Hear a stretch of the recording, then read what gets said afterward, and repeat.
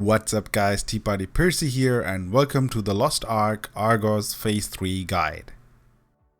Similar to the Phase 1 and Phase 2 guide, in this guide I will go over all the necessary combat items, mechanics and skills you need to pay attention to or need to know to clear Argos Phase 3. Phase 3 Argos fight is a little bit special. The basic skills of Argos are the same, like 99% of the basic skills will be identical to the skills you should already know from Phase 1 and Phase 2. So I hope you already watched the Phase 1 and Phase 2 guide because I won't explain all those skills again. There are one or two new skills which I will explain at the end. The difficult part of the Argos Phase 3 fight is to manage the weather, 3 weather systems, and the 5 wipe mechanics, the insta-wipe mechanics. In addition to that, you will also have different kind of seeds spawning on the map. Depending on the weather, some of the seeds will give you buffs and others will give you debuffs. But before I explain in detail on which weather you need to pay attention to which seeds and so on, let's talk about the AP gate. In case you didn't know, every content, at least the Guardian and Abyss raids, have an AP gate for each phase. For example, Phase 3 Argos, you need to have at least 16,700 attack power without Cursed Dole. So Cursed Dole attack power increase doesn't apply. But once you have 16,700 attack power, you will deal normal damage. If your attack power is below that, you will deal reduced damage to Argos during Phase 3. So make sure that all your DPS classes reach that AP gate. Best card set for Argos in general, not only Phase 3, is the History of Arc card set with at least 12 polish effect unlocked. Argos is weak against light damage, which is why that card set is best in slot for this fight. Just for your info, you should definitely try to complete this card set because it will be also useful for future Legion raids.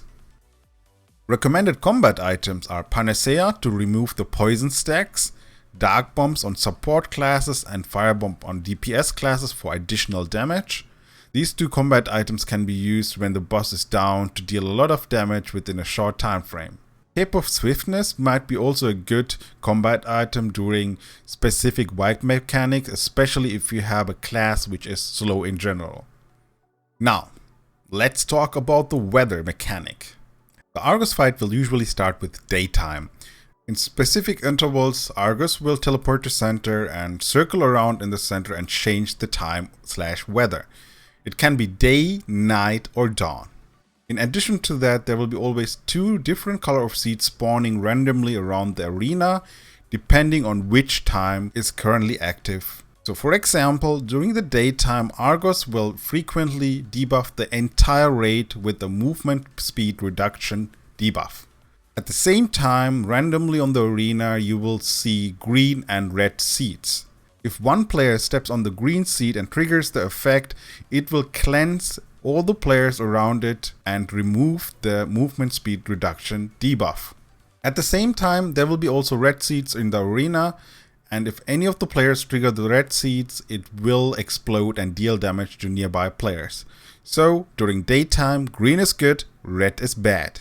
The next weather or time is the nighttime, which is in my opinion the second most difficult one, because the global debuff will be this time a blind debuff. Everyone will be able to see only a narrow part of your screen. Everything else will be blurred out, similar to the blind debuff you know from other part of this game. This time you will have red and blue seeds. Red seeds will be the good one this time. The red one will remove the blind debuff for a few seconds. But please don't step into the blue ones. Because once you trigger a blue seed during a nighttime, it will disappear and leave behind a big AoE circle, which will give everyone who steps into it a poison stack. And that can stack up to 5 times. One stack alone can already hurt you a lot. So if you have multiple stacks, it might be good if you can cleanse it with Panacea or use the Holy Knight, Soulmaster or Warlord cleanse to get rid of it. Last but not least, we have the dawn weather or the rain. During dawn, there will be a global dot, which means every second you will take damage. To prevent that, you have to step this time into blue seeds. Shortly after one player steps into the blue seed, it will explode and give to every player nearby a shield, which will prevent you from taking the global dot damage. At the same time, you will also see green seeds. And yes, you guessed correctly, green seeds are bad during dawn or rain weather. Because once a player triggers it, it will imprison every nearby player. So that can be a really, really bad thing to happen during a boss fight. So to sum it up, day will give you a global movement speed reduction debuff. Green is good during daytime, red is bad. Night will blind you, and during nighttime, red is good and blue is bad. And then last but not least, we have the dawn or the rain weather. Blue is good and green is bad. In general, if you have the AP gate and a decent group, take your time to move to the areas with less harmful seeds.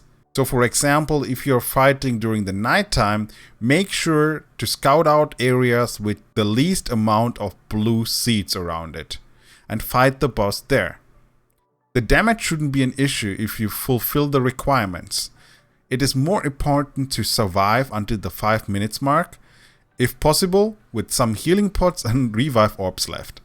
Another important information is that there is no specific order in weather rotation. Especially if you down the boss, he might skip the next weather. So it is not always day, night, dawn. So he might go from day to dawn immediately. Now that you know the weather or the time system, let's move on to the 5 different wipe mechanics. The first wipe mechanic, or the first 2, are the sun and moon circles. 2 random players will be marked with the sun or moon icon above their head. It depends on weather. During daytime it will be the sun circle, so sun icons, and during nighttime it will be the moon circle, so the moon icons. A few seconds after that mark appears, a circle will be stationary and will be placed below the marked players. The first 4 players who step into the circle will get a buff which will prevent the insta-death which will happen shortly after the circle were placed on the ground. So shot call or ping if you have the circle below you. So the best case scenario would be the 2 guys react fast enough and let everyone else know that there will be a circle below them soon, and they should try to stay close to each other but not on top of each other, because the circles will cancel each other out if they are overlapping. By being close to each other, the other members have the time to run around between the circles if one of the circles accidentally has 5 players on it. These 2 wipe mechanics are the only 2 out of the 5 wipe mechanics where the boss won't teleport to the center before he starts this mechanic. Argos can initiate those 2 wipe mechanics from any spot. One of the easiest indications is that the Argos will immediately sit down on the spot and look up into the sky. So make sure to have combat effects of the raid activated in the settings, otherwise you might not be able to see the circles placed down by members of the other group in the raid. Now let's talk about the last 3 wipe mechanics. During daytime, Argos will teleport to center and gather sun energy. It's a flashy effect, it's hard to miss. Once again, this can only happen during daytime, and once he teleports to the center, use tab to check the minimap. You will see a yellow dot, which is the sun seed marked on the minimap. It will spawn on a random spot and it will slowly descend to the ground. Make sure to ping it and make sure to get to that place and stay at the spot where the sun seeds hit the ground for a few seconds. If everyone managed to do that, you will survive the wipe mechanic afterwards. If just one guy is too slow to reach the sun seed, then the entire raid will be wiped. During nighttime, you will have the night seed mechanic. Argos will once again teleport to center and channel the dark energy. Use tab to open the minimap and check out the purple marked seeds. You guys have to spread out once this mechanic starts and step on all the purple seeds before Argos casts the wipe skill. If you manage to collect all the seeds, you won't die. But even if you missed one seed, yep, you guessed it right, it's a wipe. The last wipe mechanic is the one which will happen during dawn time. Similar to the day and night time insta-wipe mechanic, he will teleport to center and channel some energy. At the same time, he will spawn randomly around the map multiple blue seeds. To prevent getting one-shotted by the skill afterwards, you have to step on one of those blue seeds, which will enable a shield that can protect you from the wipe skill. Important to know is that one seed can protect multiple people with the shield. So those were the wipe mechanics. The only other normal skill which I want to mention is the multi-charge skill in the center. Boss will blink away and do multiple charge attacks in the center and finish it with a blink towards the player at the end. As soon as you see a red telegraph in the center after the boss blinked away, move towards the edge of the arena to prevent taking unnecessary damage. One more thing, if you down Argos, pay attention to the body of Argos.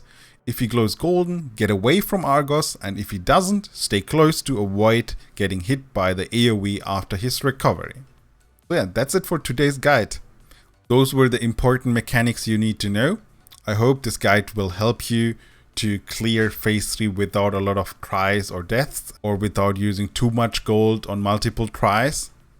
And if it was useful, don't forget to leave a like and subscribe. See you guys on the next video. Bye bye, your Tea Party Percy.